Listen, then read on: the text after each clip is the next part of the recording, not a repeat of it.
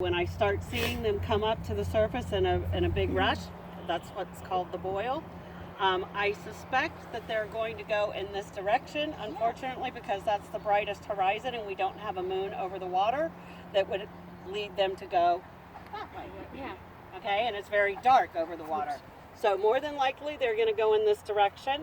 And what I'm going to ask everybody to do is actually just go behind the nest line and stay in kind of a Y shape around them, okay? So that we can keep our eyes on them. So that the two volunteers that I have with me, they have coolers, and if they are fully disoriented, they being on the permit have the right to pick them up, as do I, to get them in a cooler so that we can make sure that they get safely into the water, okay? Cool. No flash photography. I know you're going to get excited and it's going to want to happen, but if you want to try and take your phone out now and try and take a picture in the darkness to make sure that your flash is off, that's super. It's off. And once we get them, let me also say this. If we get lucky and we have some that are actually going in the right direction, if you want to follow yours down to the water and keep your eye on it, by all means do that and let me know that it gets safely into the water.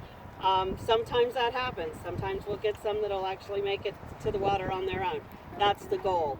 We won't pick them up unless we know that they're fully disoriented, and the main thing is that we don't want them to get into the dunes because then it becomes search and rescue because they really camouflage very well into the grasses.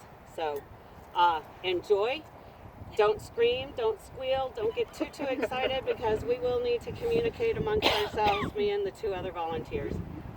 But enjoy, and then shuffle your feet. The other trick, please shuffle your feet backwards. Do not pick your feet up.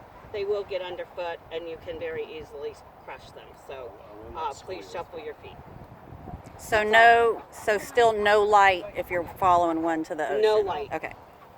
And quite honestly, your eyes will get used to it and you'll see them and you'll be better off not using any kind of light at all. We will stop using our red lights as well because it's easier to see them. Your eyes get adjusted to the natural lighting that we have. Gotcha. Yeah.